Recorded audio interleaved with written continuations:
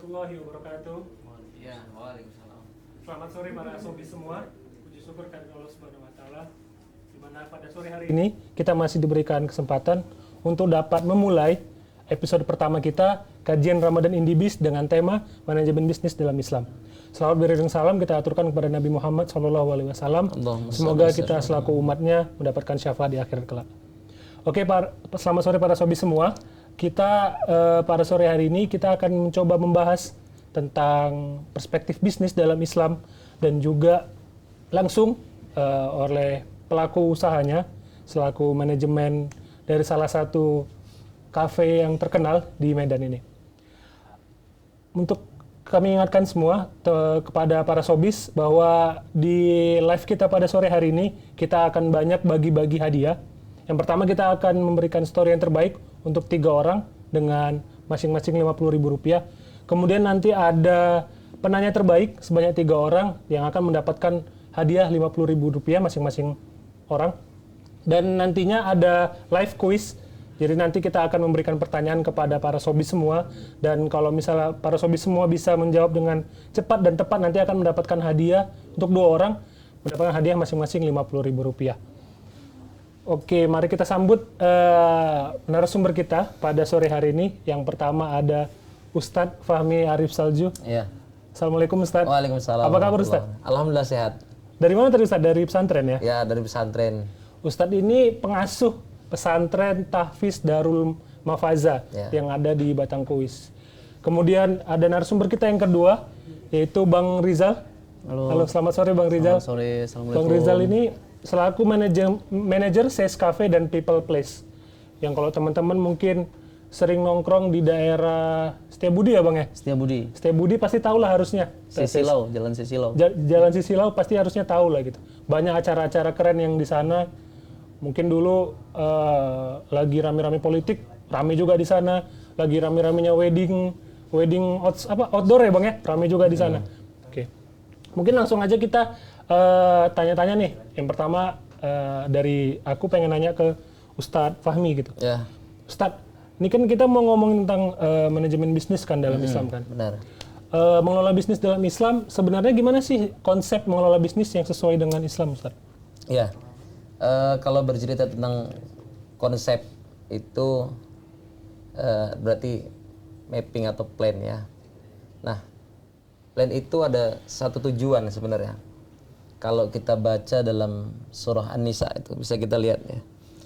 Ya ayyuhalladzina amanu la ta'kulu amwalakum bainakum bil batil illa an takuna tijaratan an taradim minkum. Jadi konsep yang pertama itu kalau dalam bisnis tijarah kata Allah. Tijarah itu maknanya luas ya. Bisa apapun bentuk dagang itu namanya tijarah. Nah, tijarah sendiri atau berdagang sendiri atau bisnis itu disebut dengan tijarah dengan tujuan satu, antara minkum. Atas dasar suka dengan suka. Jadi kalau ridho sama ridho, istilah orang Medan bilang jadi barang tuh. Jadi barang. Jadi barang tuh. Asal dari ridho sama ridho, senang sama senang, suka sama suka, mau berapapun dia, maka itu termasuk salah satu konsep yang diberikan Al-Quran bahwa bisnis itu dikerjakan atas dasar suka sama suka, ridho sama ridho, senang sama senang. Nah, gitu. Jadi tidak ada saling dirugikan gitu, apalagi saling dipaksa. Maka kalau sudah ada pemaksaan dalam transaksi bisnis itu, maka sudah keluar dari tujuan konsep bisnis dalam Islam itu. Nah, makanya Allah bilang wala ta'kulu amwalakum bainakum bil batil. Janganlah kamu makan harta sebagian dari kamu itu dengan cara yang tidak baik, tidak benar. Artinya apa? Di sini Allah melarang keras dalam konsep bisnis dalam Islam itu seperti cara-cara yang culas dan lain sebagainya. Nah, gitu. Kalau gini agak-agak melenceng sedikit Ustaz. Ya, kalau boleh. Misalnya mau sama mau gitu kan, secara lisan gitu mau sama mau. Benar. Tapi ternyata itu terpaksa Ustaz. Ya. Kayak misalnya ada kawan datang kawan datang ke rumah gitu kan. Ya. Masuk ke rumah ada ngelus-ngelus lah tuh, Ya, lututnya dilus-lus lah kan, Ya, minta ya, tolong ya. gini, tolong belilah Ya, ya. barang aku. Itu gimana Ustaz? Nah, tolong belilah gitu barang aku. Gitu. Misal dia jual kereta atau motor lah ya, Iya. motor. Yang itu sifatnya kita sebenarnya bukan mau beli, tapi juga karena menolong. Iya. Di sini sama. Kita itu nggak akan pernah bisa dipaksa oleh orang lain. Siapapun nggak pernah bisa memaksa kita untuk membeli atau bahkan menjual sesuatu kepada orang lain. Kenapa? Kita beli itu ya karena kita memang bukan terpaksa. Ada unsur-unsur yang lain, bisa jadi unsur kasihan, unsur unsur menolong, di situ ta'awunnya ada istilah menolong, tolong menolong dalam kebaikan. Maka dia datang ke rumah kita pun dengan istilah minta tolong untuk barang dia dibeli, itu tetap berdasarkan suka sama suka. Jadi bukan kenapa? Karena kita beli juga barangnya pada saat itu, gimana pun dia nggak bisa memaksa gitu. Nah, jadi kita beli pun ya memang kita karena ada unsur yang lain seperti itu, bukan karena terpaksa dan lain sebagainya. Karena kita gimana pun orang nggak akan pernah bisa maksa kita. Iya, betul. Iya. Berarti masih hukumnya itu masih bisa dikatakan boleh lah. Masih diperbolehkan. Itu dalam cakupan yang kecil ya. Masih banyak lagi seperti Bang Rizal, bisnis-bisnis yang lain mungkin ya kan. Tapi kalau misalnya bohong gitu ya kan, misalnya bantulah aku, duit aku udah nggak ada lagi nih, utang aku udah banyak, padahal nggak ada, itu cuma pengen jual aja, itu nggak boleh Ustaz. Iya, itu udah nggak boleh, namanya berbohong kan. Iya, berbohong. Apalagi dia bilang duit aku udah nggak ada nih, tinggal goceng, padahal 5 juta lagi masih ada. Gitu. Iya, betul. Jadi itu termasuk, nah itu tadi wala ta'kulu amwalakum bainakum bil batil. Jadi konsep dalam Islam itu yang pertama, berbisnis itu memang dengan cara yang halal, tak boleh kita cara yang batil. Apapun jenis yang kita bisniskan pada saat itu, Allah tetap ngatur. Jadi cara yang halal itu harus yang jadi prioritas, yang jadi utama. Gitu. Oke, lanjut nih, mau ngobrol lagi ke Bang Rizal nih ya. Tadi kan udah dibahas nih sama Ustadz Fahmi terkait bisnis dalam Islam secara singkat gitu kan. Kalau untuk Bang Rizal nih selaku pebisnis yang berkecimpung langsung, sejauh ini ada nggak hal-hal kecil yang sesuai dengan prinsip keislaman yang udah Bang terapkan ke dalam bisnis gitu Bang? Tentu ada. Di dalam bisnis itu tetap hukum Islam tetap harus berjalan. Jadi sebenarnya bukan hal kecil sih, sebenarnya hal dasar yang perlu ditanamkan pada diri kita dan juga pada saat kita melakukan aktivitas pekerjaan, terutama di SES. Di SES juga saya menerapkan hal-hal seperti jujur, ya. Jadi bekerja tuh memang harus jujur, ya. Jadi apapun yang dilakukan tulus dan jujur itu penting, karena dari situ juga kita dinilai untuk mampu melakukan aktivitas atau bekerja. Yang kedua, attitude atau ramah tamah itu dasar sekali dan sangat perlu sekali yang harus kita jalankan. Kenapa? Karena tamu itu datang dengan harapan dia ingin menikmatin suasana mungkin pertama di tempat itu.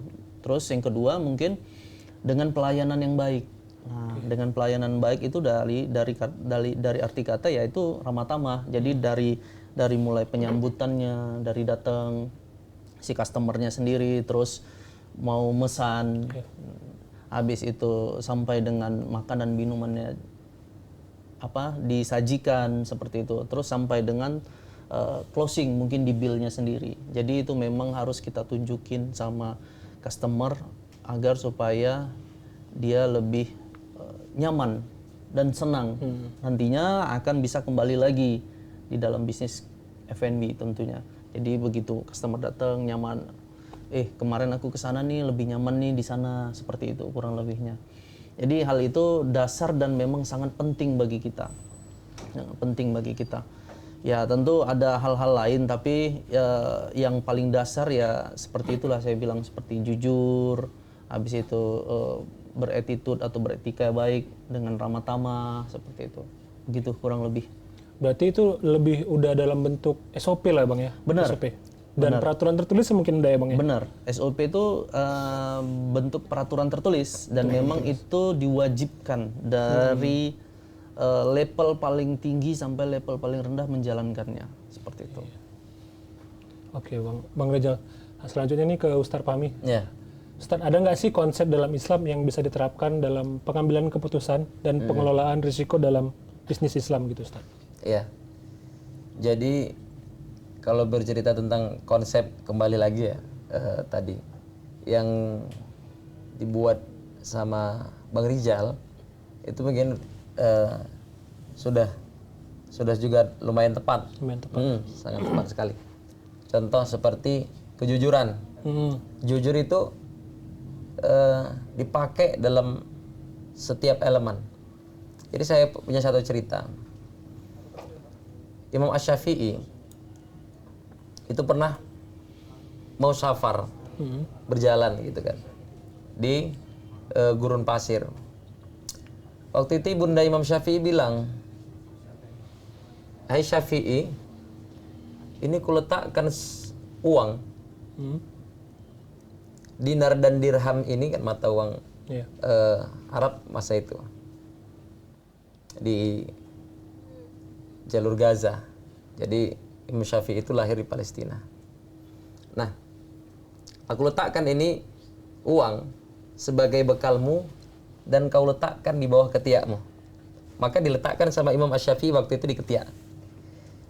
Dan siapapun yang bertanya, bilanglah bahwa uang itu di situ. Gitu. Berjalanlah Imam Asy-Syafi'i berhari-hari sudah di gurun pasir, berjumpa dengan segerombolan perompak. Apa kata perompak itu? "Tolong kasih dulu uangmu." Yang di ketiak tadi Iya. Ustadz? Kalau kita sini begal lah ya. Iya, begal gitu. Iya, begal. Jadi waktu diambil masa itu, "Aku tidak punya uang yang ada di kantongku," kata Imam Syafi'i. "Lalu di mana uangmu?" katanya. "Masa engkau syafar tapi tidak punya bekal?" Iya, Gitu. betul. "Aku ada uang di dan dirham. Ada 1000 dirham bahkan. Yang itu sekarang ini aku letakkan di bawah ketiakku." Jadi semua orang pada saat itu, ini anak ngelece nih. Luar biasa nih, ngelece nih. Masa iya uang diletakkan bawah ketiak, diikat pula pada saat itu. Dikira bohong mungkin. Dikira bohong. Nah, dan itu jujur. Imam Asy-Syafi'i jujur pada saat itu. Akhirnya apa? Dengan kejujuran yang disampaikan oleh Imam Syafi'i pada saat itu kepada perompak itu, akhirnya perompak itu berpikir bahwa ini konyol nih anak. Masa ia letakkan uang di bawah ketiak, jadi dia suruh mengambil di bawah ketiak kan gitu. Oh enggak, udahlah. Akhirnya Imam Syafi'i pergi. Karena kejujurannya, dia selamat dari kejahatan. Nah, artinya apa? Kejujuran itu dasar dalam berbisnis. Terutama bagi kita yang mungkin sekarang masih pada level karyawan dan lain sebagainya. Jadi siapapun sih sebenarnya wajib berbuat, berkata dan bertindak dalam kejujuran. Itu yang pertama. Itu juga termasuk dalam konsep muamalah ya. Muamalah itu bisnis dalam Islam. Kemudian konsep antaradhim minkum itu jangan pernah dijauhkan. Suka sama suka, ridho sama ridho, enak sama enak gitu. Nah, jadi sehingga tidak ada pemaksaan dan tidak ada yang merasa dirugikan pada saat itu. Nah, kemudian Allah mengecam ini dalam Quran bagi orang-orang yang memperbaikkan timbangan. Kenapa dikecam sama Allah? Karena masalah timbangan, karena di masa zaman Nabi Muhammad dulu yang hanya ada pedagang pada saat itu, pejabat belum ada, dan bahkan pejabat masa itu tidak digaji, ya kan, karena menjalankan amanah dari Allah Subhanahu Wa Taala. Artinya apa? Tetap juga harus memiliki keadilan satu dengan yang lain. Nah, begitu. Itu juga termasuk konsep di dalam Islam itu sendiri. Ngomongin soal jujur nih, Bang Rizal. Kira-kira kalau di manajemen yang abang yang abang berkecimpung itu bang, pernah nggak bang ada kasus kayak yang nggak jujur lah gitu, salah satu karyawan atau salah satu anggota, dan kira-kira apa yang abang terapkan gitu bang kepada para karyawan abang untuk agar mereka tuh tetap selalu jujur gitu, terutama kayak etika benar-benar harus ditaati gitu bang. Kira-kira ada nggak bang? Ya, tentu ada. karyawan yang tidak jujur itu pasti ada. Pasti ada, beberapa kali saya ketemuin. Kalau seperti itu begitu ketahuan, ya saya sesuai dengan SOP peraturan yang berjalan, tentu ada punishment. Karena kan di kita setiap pekerjaan itu ada risiko, ya kan? Setiap pekerjaan ada risiko. Kita ciptakan ada reward dan ada punishment. Jadi kalau karyawan itu baik dan bagus, itu pasti kita berikan reward.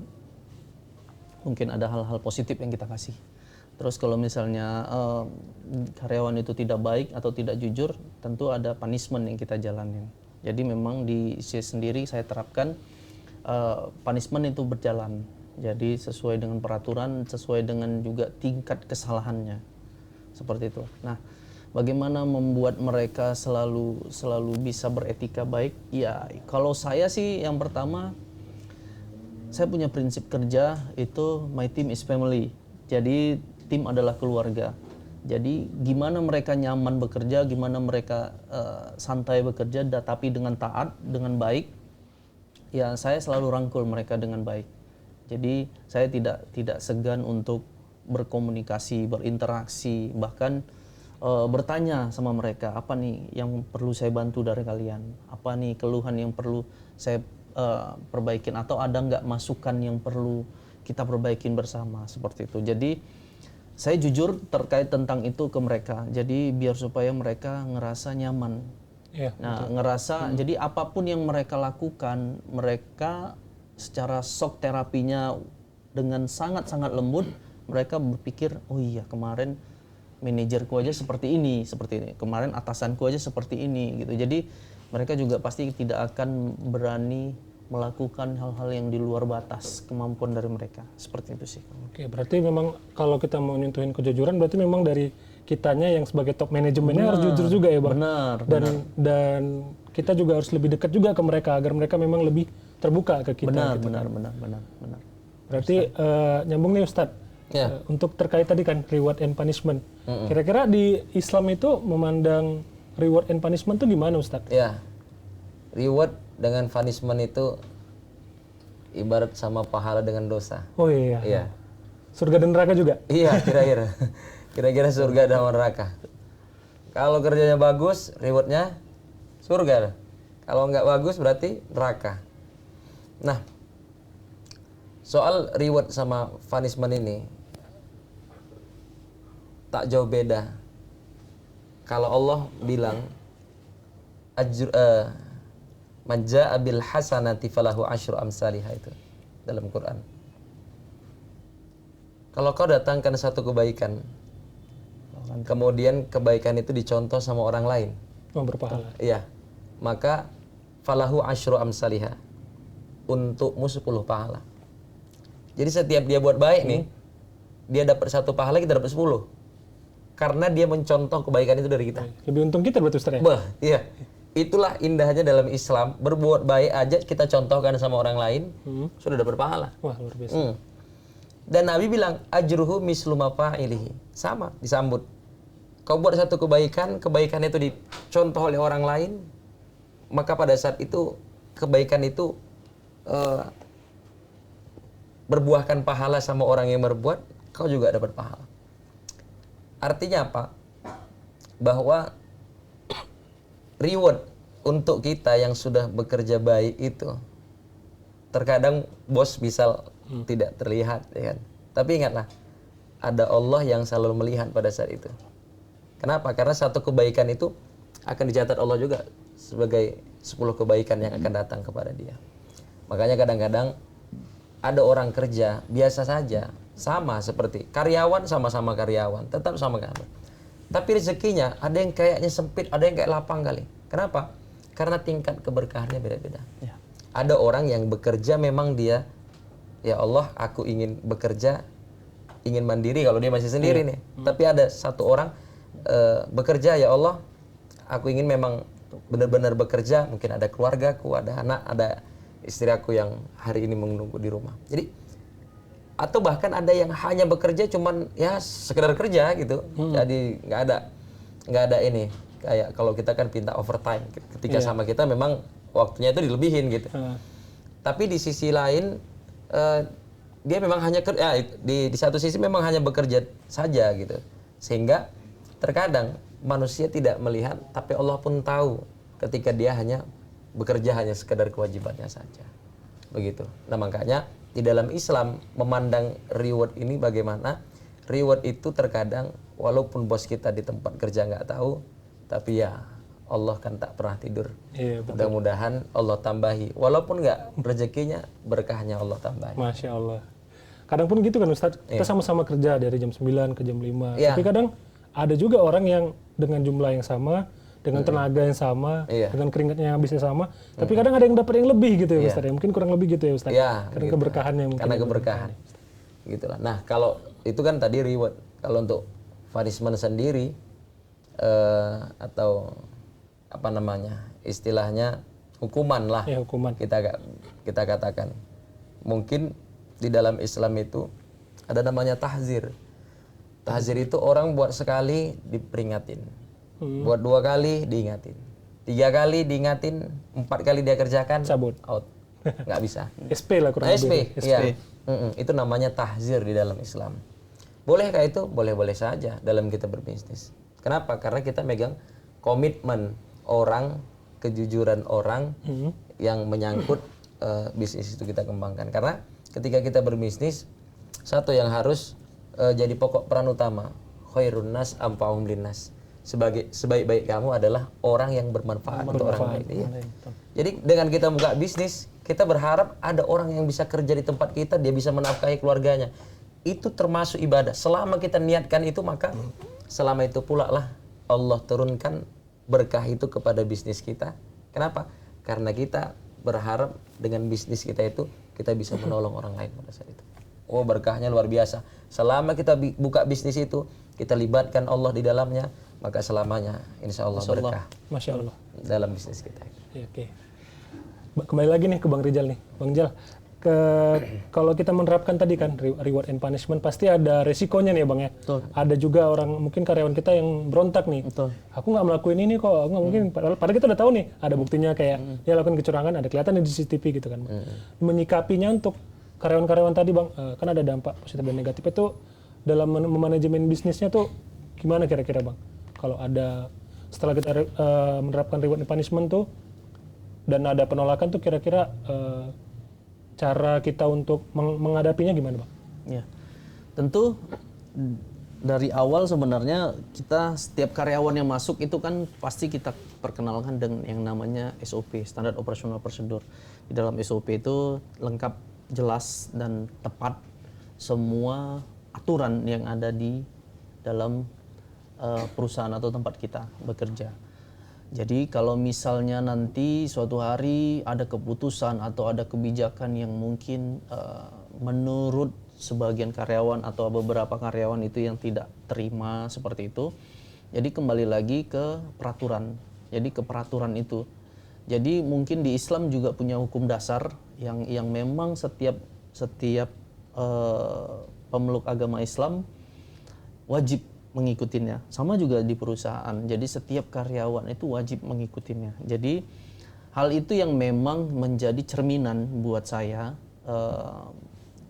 untuk bisa menjalankan manajemen dengan baik. Tentu dengan cara penyampaian yang baik, dengan cara persuasif. Jadi membuat si karyawan itu paham dan mengerti tentang peraturan atau punishment ataupun sekalipun reward yang mungkin yang kita kasih, jadi lebih mengerti, oh seperti ini yang dimaksud, oh seperti ini yang diinginkan atau yang diarahkan, seperti itu. Jadi hal itu loh, makanya tadi fungsinya pendekatan terkait tentang karyawan atau pendekatan secara individual untuk dalam bekerja itu penting. Jadi nantinya suatu hari mungkin manajemen mengambil keputusan melalui rapat manajemen atau apapun itu yang akan diturunkan langsung dari manajer ke karyawan, jadi bisa langsung diterima sama semua karyawan yang ada pada saat itu. Seperti itu sih kalau saya. Berarti nggak hanya sekedar kita ngasih surat gitu aja bang ya, benar-benar ada cara persuasif ya. Pasti. Jadi nggak langsung nih kamu kita SP, ini kamu kita saat ini mungkin kamu bisa langsung keluar, kita udah nggak mau pakai kamu lagi. Jadi kembali lagi ke sisi sosial, sisi manusia. Jadi itu bakal berimpact juga tidak baik ke kita. Bahkan mungkin ke pribadinya mungkin, dan juga akan ke perusahaan.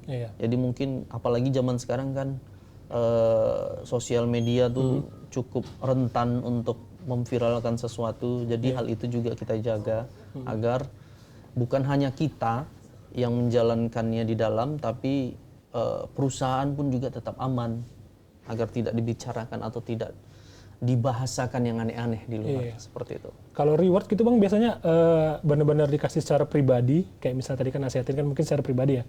Apakah dikasih secara pribadi atau mungkin secara umum gitu bang, biar mungkin kasih semangat buat karyawan lain?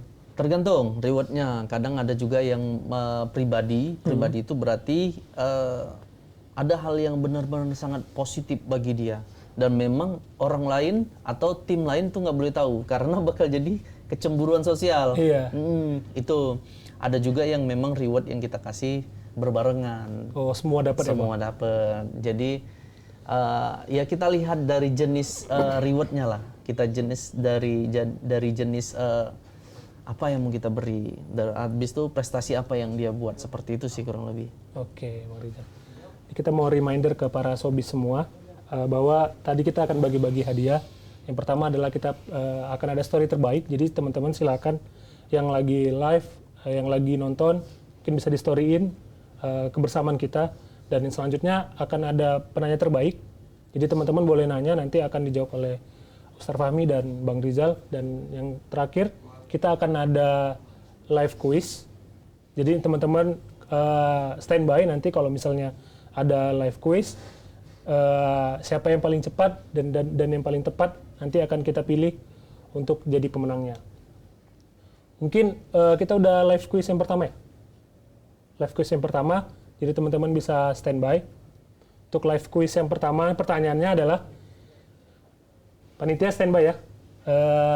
Pertanyaannya, berapakah jumlah anak Rasulullah SAW, anak kandung dari Nabi Muhammad SAW? Silakan dijawab. Nanti panitia akan milih siapa yang paling cepat dan yang paling tepat. Oke. Udah ada? Belum. Ayo, para sobi semua silakan jawab. Tadi berapa jumlah anak kandung dari Nabi Muhammad SAW? Udah ada? Atas nama @Dwi_Julianto26. Selamat kepada Kak Dwi yang telah menjawab.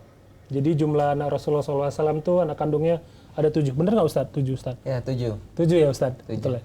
3 laki-laki apa 3 perempuan? Ya, 3 laki-laki, 4 perempuan. Oh, 3 laki-laki, 4 perempuan. Selamat kepada Kak Dwi Julianto 26. Nanti boleh DM ke IG @indibi Sumatera untuk klaim hadiahnya. Selanjutnya nih Ustadz. Ya. Apa yang dipelajari dari model bisnis Rasulullah SAW dan para sahabat dalam mengelola bisnis dalam perspektif Islam? Nah, kalau bercerita tentang bisnis ala Rasulullah, Iya. berat.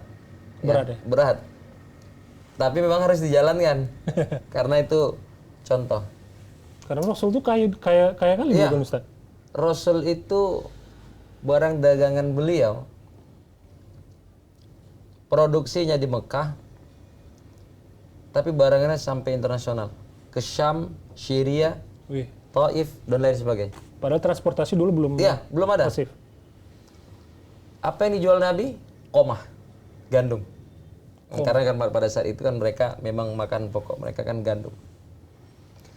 Dan Nabi Muhammad itu gini, ketika contoh Nabi Muhammad ketika jual jeruk, ini bagus, ini setengah bagus, ini busuk di jalan, Iya. gak dijual sama Nabi. Masa itu, masa jahiliyah. Muhammad, bikam hadal wahid, kata orang pada saat itu. Berapa ini Oh, itu misal sekilo 20.000. Iya. Tapi bagus. Bagus semua. Bagus. Jadi kalau adakah ada katanya? Kalau yang ini berapa? Kalau itu bagus sekali. Tempatnya dibungkus, kemudian dan tak disentuh sama orang. Harganya sama? Harganya lebih bagus. Oh, harganya Kalau tadi 20.000 ini 50.000. 50.000. Wa biga hadrikam katanya. Dan ini berapa ya Muhammad? Oh, itu enggak dijual. Karena di jalan tadi ada busuknya. Oh. Dengan kejujuran Nabi itu apa kata orang Arab yang beli pada saat itu? Sodakta ya Muhammad. Aku itu nggak pernah melihat orang jualan di kota Makkah ini sejujur engkau ya Muhammad. Kenapa? Dipilih sama Nabi, dipilah. Ini benar-benar, ini bagus, ini yang benar-benar bagus, ini yang nggak bagus sama sekali karena pas perjalanan busuk. Dan itu tidak dijual sama Nabi. Akhirnya apa? Kata orang tersebut, ya Pak, jadi atau enggak? Aku nggak pernah sodak ya Muhammad. Aku nggak pernah melihat engkau orang jualan di kota Makkah ini di saat sekarang ini jujurnya itu seperti engkau ya Muhammad. Sodak ya Muhammad. Kau itu jujur luar biasa. Maka disebut Nabi Muhammad dengan sebutan as-siddiq. Ya, benar, jujur. Ya, gitulah Pak. Aku jualan kata Nabi istilahnya. Jadi Bapak jadi beli nggak ini? Oh, aku beli semua katanya. Yang busuk gimana Pak? Yang busuk juga aku bayar kata. Dibeli sama orang Arab pada saat itu seluruh dagangan Nabi. Makanya Nabi Muhammad itu pulang nggak pernah tangan kosong. Sold out lah istilahnya. Setiap yang dibawa Nabi itu selalu untung, nggak pernah rugi. Manisnya tangan Nabi Muhammad jualan. Apa yang bisa kita ambil dari situ? Nabi Muhammad itu memprioritaskan benar-benar kejujuran di dalam dagangannya tadi. Sehingga yang baik dibilangnya baik, yang nggak baik dibilangnya nggak baik. Yang baik kali juga dibilang sama Nabi pada saat itu. Makanya dagang ala Rasulullah itu berat, tapi memang harus seperti dikerjakan. Akhirnya apa? Setiap Nabi Muhammad jualan, itu orang-orang pada ngumpul. Kenapa? Ini barang Nabi pasti kualitas nomor 1. Kalaupun ada yang nomor 2, pasti dikasih Muhammad nomor 2. Kenapa? Karena memang Nabi Muhammad dari kecil sampai dengan Nabi Muhammad meninggal itu, Nabi Muhammad sekalipun dalam hidupnya tidak pernah bohong mulutnya. Itulah luar biasa. Sehingga apapun yang dijual Nabi pada saat itu nggak pala dipanggil brand ambassador untuk apa namanya? Untuk meningkatkan untuk promote produk itu. Nabi Muhammad sudah menjadi promote terbesar karena mengutamakan kejujuran. Jadi itu salah satu yang dibuat Nabi pada saat itu. Kemudian memang yang dijual Nabi adalah halalan thayyibah. Halal lagi baik.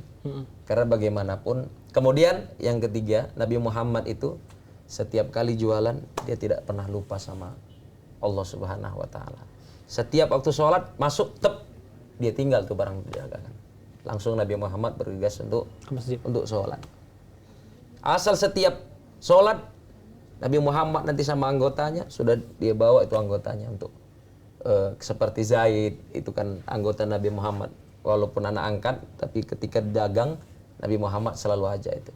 Setiap datang masuk waktu sholat Nabi Muhammad pada saat itu selalu melakukan sholat. Makanya ada orang terkadang buat bisnisnya utamakan sholat dan keselamatan kerja. Wah, kayak kenal tuh Ustaz. Iya kan? Ada salah satu brand. Utamakanlah sholat, iya. Ada salah satu. Dan utamakanlah sholat dan keselamatan kerja. Dan saya luar biasa sampai sekarang punya beberapa kenalan bisnis, termasuk bisnis logistik. Luar biasa di kota Medan ini. Dulu kecil-kecilan, orang kita Padang. Tak saya sebut namanya. Tapi di tempat bisnisnya tak pernah dia tinggalkan. Setiap masuk waktu sholat, itu ganti sip. Sholat dulu yang ini. Nanti sholat lagi. Sehingga sholatnya itu tetap di awal waktu. Afdhalu a'mali sholat fi awali waktiha kata Nabi kan. Sebaik-baik sholat mendatangkan berkah di awal waktu. Maka dengan prinsip ketaatan itu Allah senang. Orang kalau udah senang sama kita, apa kita pinta dikasih, betul? Betul. Allah juga gitu. Allah kalau udah senang lihat satu bisnis, wih, rajin-rajin kali loh orang nih sholat, ya Allah. Istilahnya Allah lihat begitu, rajin-rajin kali orang nih sholat. Akhirnya apa? Apapun yang kita pinta dalam bisnis itu Allah kasih. Nah makanya jangan pernah tinggalkan Allah dalam setiap bisnis kita. Nggak ada masalah. Karyawan itu juga nggak juga akan keberatan ketika kita buat peraturan. Kalau dia Muslim ya wajib sholat. Gitu. Iya, betul. Nah, nggak akan keberatan. Kalau keberatan berarti dia tak taat. Nah, ketidaktaatan karyawan kepada Tuhan, kepada Allah juga termasuk, saya katakan termasuk apa namanya? Termasuk ini menjadi penghambat datangnya rezeki kepada kita. Karena kalau orang sudah nggak taat, berarti rezekinya nggak ada. Berkahnya dikurangi sama rezekinya ada, tapi berkahnya nggak ada. Dan itu tidak mau berimpact pada bisnis kita. Makanya apapun bentuk bisnis kita, usahakan setiap karyawan kita yang Muslim di awal waktu selalu mengerjakan sholat. Karena kalau sering kita tinggalkan Allah, Allah juga akan meninggalkan hidup kita. Ngomong-ngomongin soal nyaman ya, Ustaz ya. Kalau kami kan udah beberapa kali nih ke Seis Cafe tempatnya Bang Rijal kan. Dan salah satu yang paling aku senang itu Ustaz, musolanya. Musolanya itu besar. Betul. Biasanya kan kalau kita ke kafe kemana tuh musolanya dari pojok, sempit, kecil, ataupun kayak di mall nih, di basement dan bau gitu kan. Kalau di Seis masih tempatnya luas. Luas dan tempat ambil wudhunya juga banyak gitu kan. Jadi memang benar-benar kenyamanan ya, memang benar-benar diutamakan di Seis ini kan. Dan soal kejujuran tadi Ustaz, aku pun juga kadang pernah beli buah gitu kan. Kita beli buah rambutan gitu kan. Nampaknya depannya aja Ustaz ya. Tiba-tiba pas belakangnya hitam. Kayak anggur tuh, anggur kan hijau, ada kan anggur hijau yang tanpa biji kan. Wah, ternyata belakangnya udah menguning. Ada bahkan ada yang hitam gitu kan. Kadang ya gimana ya, udah dibeli gitu kan, udah sampai rumah kita bongkar udah. Itu memang benar-benar mungkin kurang berkah ya Ustaz ya, kayak gitu-gitu Ustaz ya. Ya akhirnya apa? Kita yang harusnya beli di situ karena siddiqan orang yang berjualan berdagang pada saat itu. Akhirnya kita nggak mau lagi di situ. Carilah tempat lain. Tapi kalau dia bilang, dia jujur, Bu, ini masih bagus, tapi ada busuknya di belakang. Kita pun di rumah nggak kecewa. Nah, udah tahu busuk, kita beli, udah tahu busuk kok dibeli, kan gitu. Ibaratnya gitu. Nah, akhirnya karena kesiddiqan itu tadi bisa membawa keberkahan rezeki sama rezeki kita. Akhirnya orang bisa terus berulang-ulang datang. Betul. Oke, Ustaz. Kembali lagi ke Bang Rijal. Kan dalam bisnis pasti adanya transaksi jual beli gitu kan Bang, dan ada juga manage keuangan dan manage SDM. Belum lagi ada mitra-mitranya banyak gitu kan. Gimana sih cara Abang memanage semua itu Bang? Yang sangat banyak itu. Iya, kalau di kita sendiri memanage-nya pasti dengan cara mengontrol setiap divisi. Kalau saya bilang sih, kita dibilang di divisi. Jadi beberapa divisi yang ada di SIS, termasuk supplier juga kan. Jadi memang sudah ada orang-orangnya sih, memang udah ada leader-leadernya juga di situ. Tapi tetap setiap divisi itu tetap wajib dikontrol. Jadi setiap apapun permasalahan itu wajib didiskusikan, wajib dibicarakan.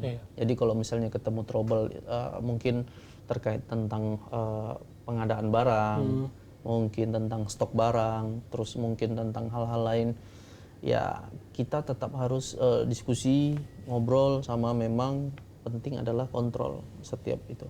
Jadi hal itu memang rutin kita lakukan agar supaya tidak terjadi permasalahan yang begitu berarti lah, lebih tepatnya seperti itu. Kalau misalnya ada masalah-masalah Bang, saya satu divisi nih, satu divisinya yang benar-benar kurang lah kerjanya gitu. Abang sebagai atasannya yang harusnya kerjanya secara konseptual, mau nggak mau harus turun tangan nih Bang, mengerjakan hal-hal yang eksekutor gitu. Itu kira-kira Abang keberatan nggak apa gimana Bang? Kalau saya sih nggak keberatan karena saya sendiri nyaman di bidang F&B ini.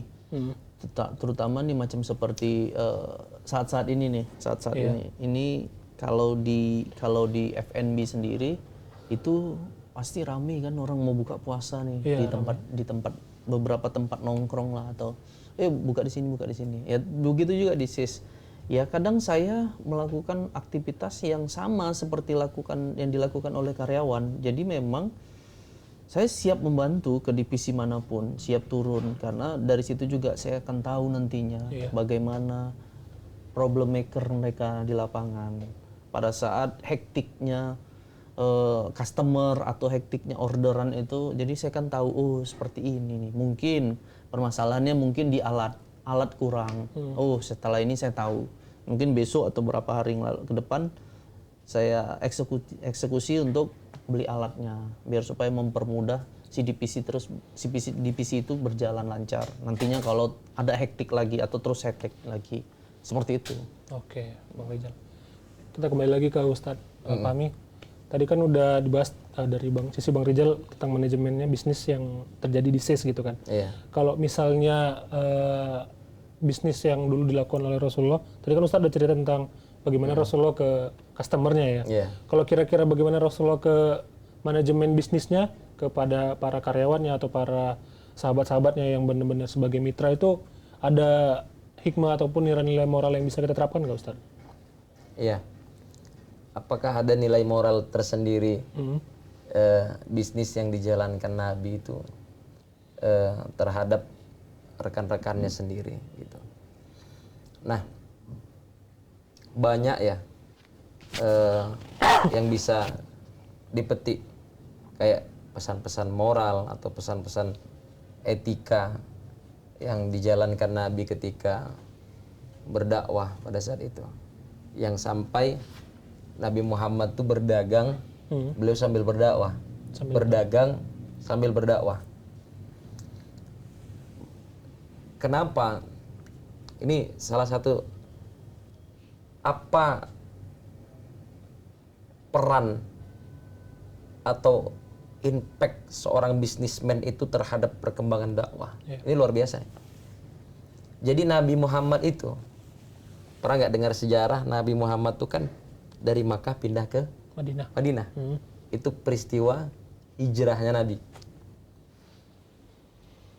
Di usia Nabi pada saat itu berapa? 53 tahun. Ketika pada saat itu Nabi Muhammad dicekal dakwahnya di kota Mekah, Nabi Muhammad memutuskan pindah dari Makkah menuju Madinah. Yang di Madinah itu sendiri, Nabi Muhammad belum pernah satu kali pun menginjakkan kaki di kota Madinah. Asing lah gitu Ustaz. Asing. Makkah Madinah kurang lebih 475 kilo.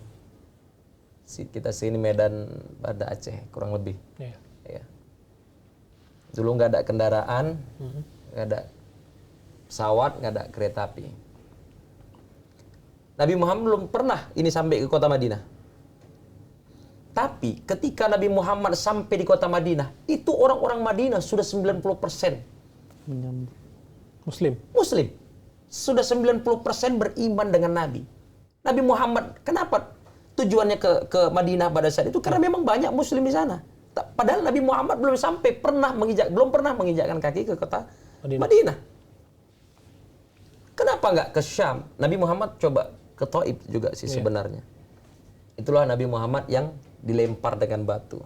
Akhirnya pecahlah pelipisan. Nah, pindah ke kota Madinah, Nabi Muhammad disambut oleh orang-orang Madinah dengan kalimat takdis. Tola'al badru alaina min saniyatil wada.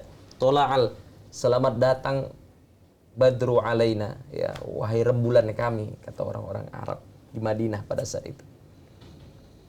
Yang jadi pertanyaan, Nabi Muhammad belum pernah sampai ke kota Madinah, tapi kok orang Madinah sudah 90% menganut agama Islam. Ternyata yang mengislamkan kota Madinah adalah Mus'ab bin Umair. Sahabat Nabi. Mus'ab bin Umair itu sahabat Nabi. Dia orang Madinah, karena dengar ada satu Nabi yang lahir di kota Mekah dan sudah menjadi Rasul, dia datang jauh-jauh dari kota Madinah untuk belajar kepada Nabi Muhammad langsung dan ikut bertalaki dengan Nabi. Akhirnya apa? Mus'ab pun masuk dalam Islam setelah dia pindah jauh dari Madinah ke kota Makkah. Dia masuk ke dalam Islam, kemudian dia pulang ke kota Madinah. Ternyata Pak, Mus'ab ini adalah seorang pengusaha besar di kota Madinah. dia punya ratusan ekor kambing, dia punya ratusan ekor unta, dia punya gudang perhiasan yang semuanya kuncinya itu dipegang sama karyawan. Akhirnya apa? Begitu pulang Mus'ab bin Umair ke kota Madinah, dia Islamkan nih karyawan-karyawan. Antum kalau mau kerja sama ana, Iya. ada nabi nih Iya. yang sudah ana pelajarin. Dan nabi itu luar biasa. As-Siddiq. Namanya Nabi Muhammad SAW yang selalu mengajarkan kasih dan sayang dan lain sebagainya. Tertarik dia dakwah itu karyawan-karyawannya. Akhirnya apa? Karyawannya pun tadi semua masuk ke dalam Islam dan membawa semua keluarganya masuk ke dalam Islam. Akhirnya apa? 90% pada saat itu yang menjadi karyawan masyarakat yang ada di kota Madinah yang merupakan karyawan Mus'ab bin Umair masuk ke dalam Islam. Akhirnya apa? Bisnis yang dijalankan oleh Mus'ab bin Umair seperti bisnis kurma, kemudian bisnis binatang ternak. Pada saat itu karyawannya memeluk agama Islam. 90% akhirnya masyarakat yang ada di kota Madinah beragama Islam. Itulah impactnya seorang bisnismen yang bertakwa kepada Allah. Akhirnya apa? Berimbas kepada seluruh karyawannya. Baik ini atasannya, maka juga seluruhnya akan baik sampai ke bawah. Iya, Ustaz. Nah, begitulah kalau berbicara tentang impact yang pesan moral Nabi Muhammad SAW yang punya pesan luar biasa kepada para sahabat waktu itu. Mungkin tadi menjawab tentang hikmah dan moral-moral nilai-nilai Islam yang dibawakan oleh Rasulullah ya kepada para rekan-rekan bisnisnya dan mungkin sekaligus sahabat juga. Sahabat, benar. Ini ada yang menarik nih buat teman-teman Sobi semua. Tapi yang udah kita janjikan tadi akan ada live quiz yang kedua. Jadi untuk teman-teman para Sobi semua diharapkan untuk standby. Siapa yang cepat dan yang tepat akan terpilih. Pertanyaannya adalah apa kepanjangan dari karib? Apa kepanjangan dari karib? Para Sobis boleh menjawab. Dia akan dipilih oleh panitia. Yang cepat dan tepat yang akan menang. Udah ada? Belum. Dan untuk para Sobis semua, jangan lupa di story, direkam kebersamaan kita pada sore hari ini. Nanti akan dipilih 3 yang terbaik. Masing-masing akan mendapatkan Rp50.000 dan juga sebagai penanya terbaik 3 orang akan mendapatkan masing-masing Rp50.000. Nah, udah ada nih pemenangnya. @desi.p.s. Jawabannya adalah karib itu kepanjangan dari Kajian Ramadan dan Indibis. Oke, selanjutnya nih kita Ustadz dan Bang Rizal kita akan ada tanya jawab langsung. Ada penanya dari teman-teman kita yang ikut live. Yang pertama ini untuk ke Bang Rizal dari @Khalifadi Kholik. Bisnis yang semakin besar tentu akan mendapatkan masalah yang semakin besar juga. Gimana nih cara menghadapinya dan mengatasinya menurut Bang Rizal? Oke, betul. Itu hukum dasar sebenarnya. Bisnis semakin besar bahkan pasti akan ketemu dengan masalah yang akan besar juga, seperti itu. Kalau dari saya sih hukumnya adalah konsisten. Ya, konsisten dan komitmen sebagai pelaku bisnis dan ya lebih tepatnya sih pelaku bisnis. Jadi mungkin ada hal-hal yang mungkin pebisnis itu tidak paham, yang mungkin dia tidak pernah langsung turun ke bawah dengan hal-hal yang seperti itu. Makanya setiap pelaku bisnis atau pihak owner atau pihak manajemen itu konsisten dan komitmen. Jadi mungkin dari hal yang kecil dijalankan dulu bisnisnya sampai dengan besar dengan karyawan-karyawan yang sama seperti itu. Jadi mereka harusnya ada penilaian lebih baik lagi. Jadi kalaulah si owner itu ngerasa bisnis aku nih berjalan dengan lancar, dengan baik, dengan karyawan-karyawanku yang ada, bahkan karyawan lagi bertambah lagi. Jadi tentu perlakukanlah karyawan-karyawan itu jauh lebih baik dan sejahtera mungkin. Dan itulah konteks konsisten itu. Iya. Nah, komitmennya adalah ya dengan cara melakukan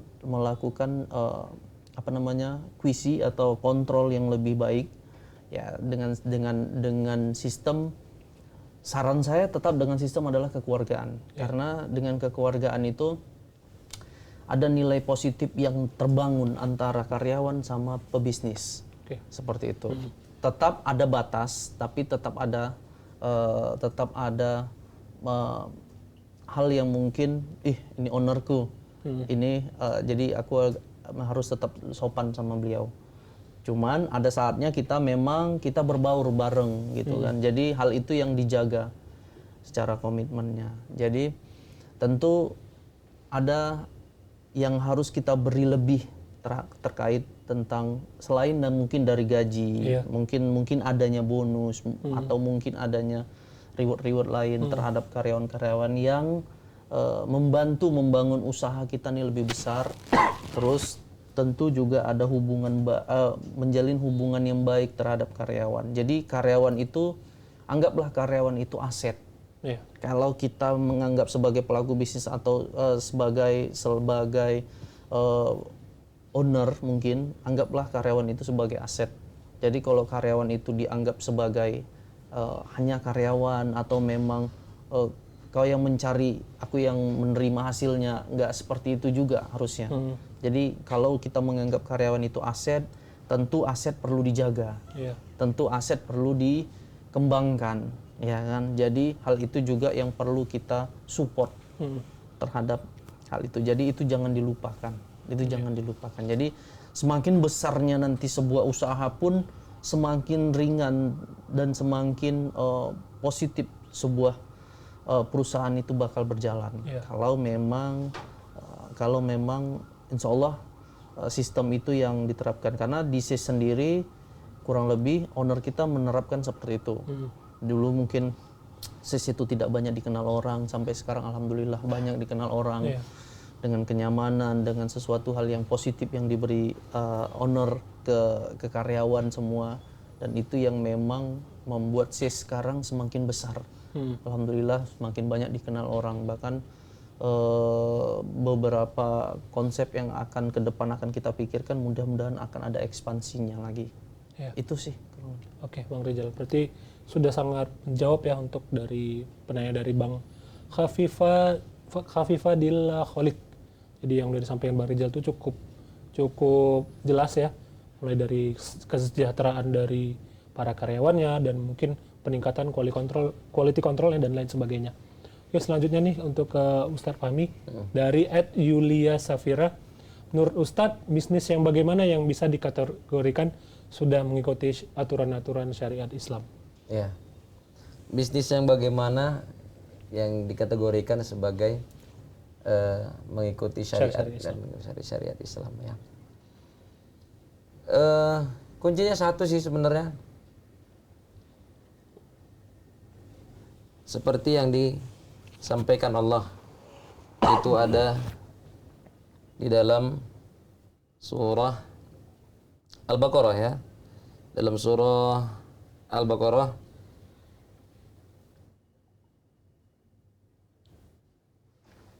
ya, di ayat 188 bunyinya, wala ta'kulu amwalakum bainakum bil batili wa tudlu biha ilal hukam litakulu fariqam min amwalin nas ya, bil ismi wa antum ta'lamun ya. Kemudian di ayat lain, ya ayyuhalladzina amanu kulu min thayyibati ma razaqnakum. Ada ya ayyuhalladzina amanu kulu mimma fil ardi halalan thayyiba wa la tattabi'u khutuwatis syaitan innahu lakum aduwwum mubin. Ayat yang terakhir aja lah kita pakai. Apa kata Allah? Wahai orang-orang yang beriman, kulu mimma razaqakumullahu halalan thayyiba. Jadi kita disuruh sama Allah itu untuk makan dari sumber makanan, baik dari sumbernya maupun cara mendapatkannya. Halalan thayyibah, halal lagi baik. Dan di ayat lain, washkuru lillahi in kuntum iyyahu ta'budun. Dan di ayat lain, wala tattabi'u khutuwatis syaitan. Ada juga Allah sampaikan begitu. Dan jangan kamu ikuti langkah-langkah setan. Artinya apa? Jangan diikuti menjual barang yang tak baik di mata Allah. Jadi kalau bercerita tentang bisnis yang bagaimana yang dikategorikan sebagai mengikut syariat Islam, maka lihat bisnis yang dikategorikan sebagai bisnis yang sudah mengikuti syariat Islam adalah bisnis yang dikerjakan dan didapatkan dengan cara yang baik dan halal. Kalau dia makanan, produk yang dijual ya makanan yang halal. Di luar dari yang halal kita jual, maka itu sudah keluar dari syariat Islam. Contoh, makanan yang enggak halal bagi kita jual, maka itu sudah keluar di dalam syariat Islam. Jual SS. SS apa Ustaz? Sabu-sabu. Oh, sabu-sabu. Jual SS, sabu-sabu. Oma pening kepala kawan itu. Akhirnya apa? Merusak generasi. Yang sama-sama kita tahu bahwa innamal khamru wal maisir wal ansab wal innamal khamru wal maisir. Khamar, kemudian dan lain sebagainya yang memabukkan itu nggak boleh dijual. Kita orang Islam jualan itu keluar dia dari syariat Islam. Iya. Kenapa? Karena pokok dari bisnis Islam itu yang halal lagi baik. Maka kalau udah nggak halal, itu udah keluar dari Islam. Apalagi yang sifatnya merusak generasi. Contoh itu tadi SS. jualan ganja, pakainya kecubung, mak ngefly, soba, sedap katanya. Bukan hanya dia waktu itu, bahkan kawannya ikut-ikutan. Dia kasih tahu, ini penjual sampai dengan pengedar ke bawah, bahkan sampai pemakai. Ini pahalanya, ini dosanya dosa jariah terus. Makanya tuh bandar-bandar sabu tobat ya. Tobat. Ya. Ini Ramadan gak usah jual lagi, lewat Ramadan jual lagi. Ini Ramadan gak usah jual lagi ya. Ya udah taubat 30 hari ke depan ini taubat. Nah, nanti setelah lewat Ramadan karena udah 30 hari cari rezeki yang halal selain itu, insyaallah Allah kasih yang lebih baik. Kenapa? Kalau jalannya sudah tidak halal, Allah juga nggak ridho. Iya, kalau udah nggak ridho, ujung-ujungnya kena lingkaran setan. Mau keluar nggak bisa, mau diterusin juga takut nggak berkah gitu. Tapi memang udah nggak bisa. Makanya konsep dasarnya adalah yang halal lagi baik. Iya. Kalau sudah yang halal dijual, baik pula, insya Allah rezekinya akan diberkahi sama Allah Subhanahu Wa Taala. Insya Allah. Itu sangat menjawab tadi ya dari @Yulia Safira. Selanjutnya ada lagi Ustaz dari @Sabrinava _ Iya, boleh. Pak Ustadz, gimana dengan pedagang barang yang memberikan diskon besar tapi sebelumnya harganya udah dinaikkan terlebih dahulu? Oh, iya. Dinaikin dulu harganya, terus kasih diskon padahal harganya balik lagi harga normal. Iya, gitu. harga normal. Iya. Ya perlu dikasih tahu ya. Seluruh diskon-diskon itu sebenarnya menipu kita. Apalagi mau hari raya nanti, aduh semakin banyak diskon, semakin apa. Nah, apakah itu bentuk penipuan? Juga tidak. Iya. Kenapa? Toh antum sendiri yang bertanya tahu kalau itu harga normal, gitu kan? Iya. Iya. Anda sendiri yang bertanya, dan kita bahkan kadang-kadang diskon 100.000 jadi 400. Kan ini kan memang harganya kayaknya 400. Iya. Toh kita beli juga pada saat itu. Iya. Karena kita tahu itu diskon atau bahkan kita tahu itu harganya memang segitu harganya, kita beli juga. Artinya apa? Kita senang sama barang itu. Penjual pada saat itu senang menjual dengan harga sekian, kita senang barang walaupun dengan harga sekian. Artinya nggak ada keterpaksaan antara diminkum. Suka sama suka, jadi barang terus dibeli. Nah, begitu juga. Jadi artinya diskon itu apakah bentuk penipuan dalam bisnis? Oh tidak. Kita anggaplah diskon itu hanya untuk diskon besar-besaran. Kita lihat harga, oh sekian. Ya supaya kita ngelihat harganya gitu. Itu no problem, itu nggak ada masalah. Jadi bukan bentuk. Atau tidak pun dibuat diskon 800.000, padahal harganya 400, 800.000 dia naikin, juga nggak ada masalah. Kalau kita mau beli pada saat itu bukan bentuk penipuan, juga bukan bentuk penipuan. Karena sama-sama ridho ya. Karena sama-sama ridho.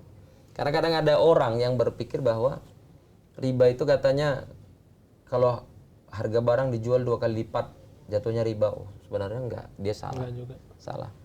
Riba itu tidak itu konsepnya. Kalau berdagang berapapun kita jual asal orangnya mau, kita kasihkan spek barangnya berapapun kita jual asal dia mau, oke. Nggak ada masalah. Yang penting suka sama suka, ridho sama ridho. Oke, Ustaz. Kalau ke Bang Rizal nih Bang Jal, kira-kira kalau yang kayak tadi ada kafe, misalnya kayak harga kopinya jadi yang beli 2 gratis 1 gitu kan, dapat 3. Tapi padahal harganya sama kayak dulu nih kalau kita bagi satu-satu gitu. Itu promo-promo seperti itu, tanggapan Bang Rizal seperti apa? Seperti tadi diskon tadi, harga dinaikin dulu, habis itu dikasih diskon. Itu kalau dari segi bisnis, tanggapan Bang Rizal gimana Bang? Kalau di kafe sendiri, konsepnya nggak seperti itu. Jadi kalau memang konsep diskon, ya konsep diskon. Kita potongan harga. Memang dari harga Jadi memang awal harga awalnya dan memang tujuannya adalah menarik customer. Bukan memang bukan mengakalin, tapi bukan menaik-naikin harga. Bukan. Karena orang bisa lihat dari daftar menu. Iya. Jadi itu nggak bisa kita nggak bisa gitu. Contoh misalnya satu buah kopi harganya 20.000 ya kan. Kopi namanya kan ada nih, misal contoh macam seperti Sanger 20.000. Itu di daftar menu. Kita buat promo nih. Iya. Ya kan, kita buat promo harganya sekitar kita buat beli 1 gratis 1 ya kan. Beli 1 gratis 1. Kita naikin harganya jadi 23.000 gitu kan, 23.000 atau 25.000 kita naikin harganya. Tapi tetap harganya tetap potongan. Karena apa? Karena udah jadi 2 produk jadinya. Udah jadi 2 produk. Tujuannya cuma satu, tujuannya ingin menarik customer. Contoh, kita pengen datang nih, pengen ngopi nih. Contoh kita bertiga pengen ngopi nih di mana ya? Searching. Ini ada promo nih. Aku tahu nih, kafe ini Sangernya biasanya nggak segini nih, ya kan? Ini kok bisa segini nih harganya? Kita kesana aja deh. Nah, itu tujuannya seperti itu. Jadi memang tujuannya menarik. Dan itu pun event itu pun dia tidak reguler dan dia konsepnya berkala. Contoh di bulan-bulan kalau di F&B atau di bidang kuliner ini kan dia ada bulan-bulannya yang memang bulannya agak berat nih.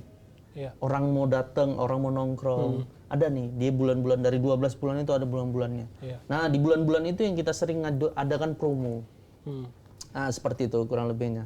Kalau beda sama pakaian, kalau baju seperti itu. Seperti itu. Sangat menjawab tadi ya dari Kak Sabri Nafa.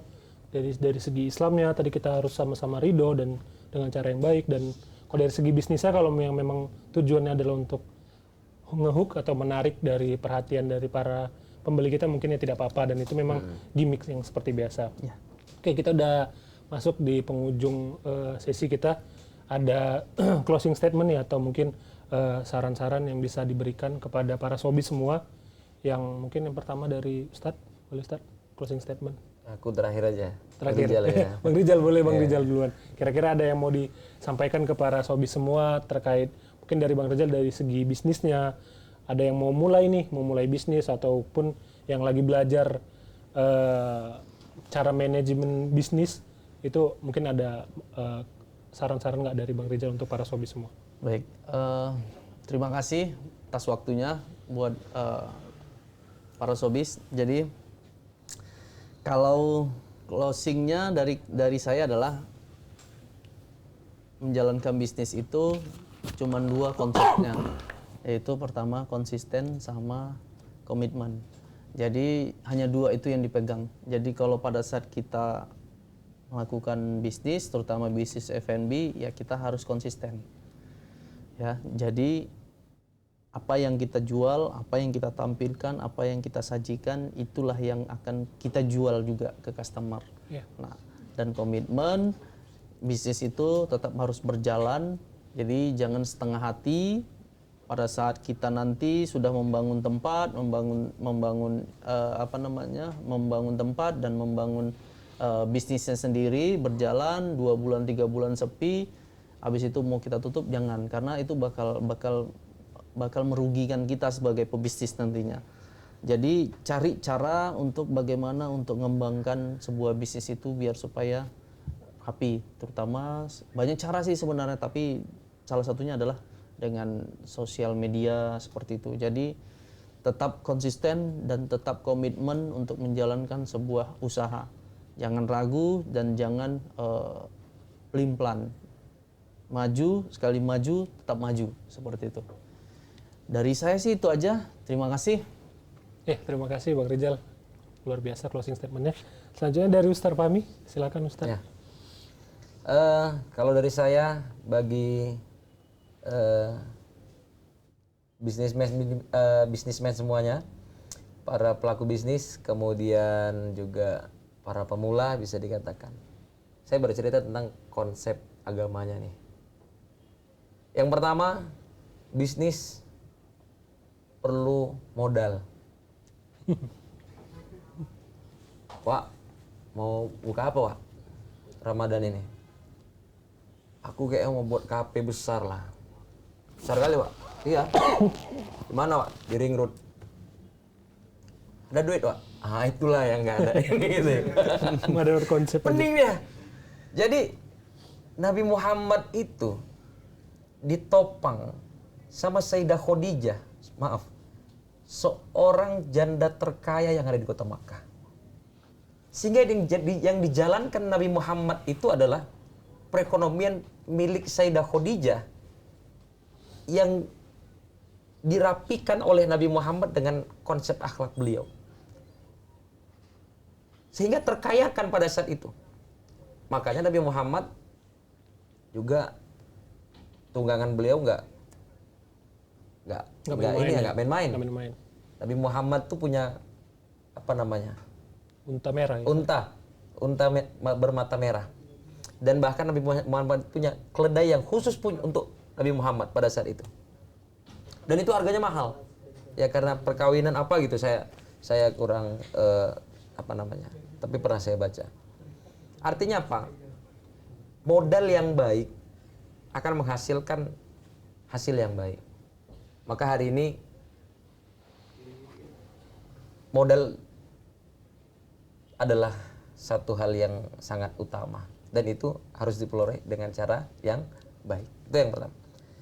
Kemudian yang kedua,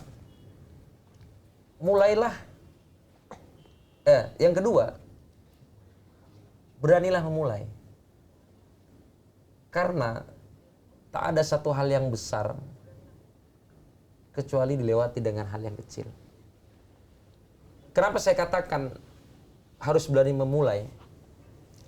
Karena sama orang, aku mau pergi kemana? Ke Rantau Prapat. Kapan? Inilah. Kok belum berangkat, Wak? Nantilah. Kapan harusnya sampai? Nanti malam jam 9. Ini belum berangkat, Wak. Udah asar ini. Mana? Nantilah. Nggak pergi, Wak? Enggak. Mau ke Rantau Prapat? Iya, nggak gerak? Enggak. Sampai waktu kira-kira sampai ke Rantau Prapat. Jangan ke Rantau Prapat, Tembung pun nggak sampai. Iya. Kenapa? Karena nggak berani memulai. Orang nggak akan pernah sampai pada tujuan kalau dia nggak berani mulai. Berani mulai dulu. Sehingga apa kata Allah dalam Quran? Bahasa Quran apa?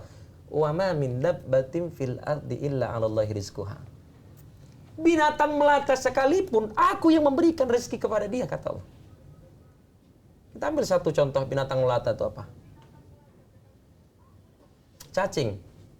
Hanya mencari makan lewat bergerak di dalam tanah. Di bawah bahkan. Tapi dia bisa hidup hanya karena bergerak. Artinya apa? Orang akan bisa dia mencapai pada tujuan kalau dia mau bergerak. Dimulai dari hal yang kecil. Maka harus ada seorang bisnismen, pemula, pelaku bisnis yang di awal-awal dia harus berani memulai dan harus menerima risiko-risiko yang akan kemungkinan besar terjadi pada dirinya. Dan risiko itu kembali kepada kita etikatkan bahwa semua yang terjadi adalah kehendak Allah Subhanahu wa taala. Nah, maka dari sekarang beranilah memulai dan mulailah dari hal-hal yang terkecil. Kita mulai dari hal-hal yang terkecil, insya Allah melahirkan hal-hal yang besar pula. Nah, itu. Jadi yang pertama tadi modal diambil dari hal yang baik, kemudian berani memulai dari hal-hal yang kecil.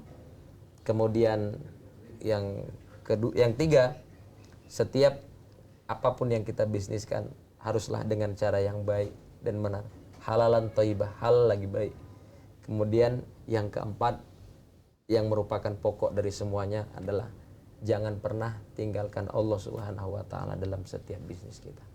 Berani kita meninggalkan Allah dalam setiap bisnis yang kita jalankan, maka pada saat itu siap-siap suatu saat Allah akan meninggalkan hidup kita. Nauzubillahimin zalik, enggak maulah kita ditinggalkan sama Allah. Maka pada kawan-kawan semuanya, ya mudah-mudahan Ramadan ini menjadi Ramadan yang penuh dengan barokah dari Allah Subhanahu wa taala. Amin ya rabbal alamin. Kira-kira gitu. Ya, Masya Allah. Nasihat yang diberikan Ustadz sungguh luar biasa ya untuk teman-teman semua yang mungkin sedang menunggu untuk mau hunting takjil nih bentar lagi Ustadz sore. Mungkin ke daerah-daerah Pulau Sumatera nih mau hunting takjil. Atau mungkin teman-teman daerah timur mungkin udah ada yang sudah berbuka. Kami ucapkan selamat berbuka. Dan jangan lupa untuk tetap ikutin Karib, kajian Ramadan in the Biz setiap hari Jumat jam 3 sore. Nanti kita akan mengundang narasumber-narasumber yang luar biasa yang akan memberikan perspektif bisnis dalam Islam yang akan bermanfaat untuk kita semua. Dan terima kasih juga kepada para sobi semua yang telah mengikuti dari awal sampai akhir, yang selamat juga kepada para pemenang tadi, pemenang live quiz, dan juga jangan lupa untuk story dari keramaian acara kita. Dan terima kasih juga nasihatnya dan jawabannya dari Ustadz Fahmi. Terima kasih banyak Ustadz. Terima kasih juga kepada Bang Rizal yang udah memberikan perspektif tadi kan, yang dari mulai manajemen bisnis dan juga perspektif manajemen bisnis dari secara agama Islam. Mungkin itu saja. Mohon maaf bila banyak kekurangan. Wabillahi taufiq wal hidayah. Assalamualaikum warahmatullahi wabarakatuh. Waalaikumsalam warahmatullahi wabarakatuh.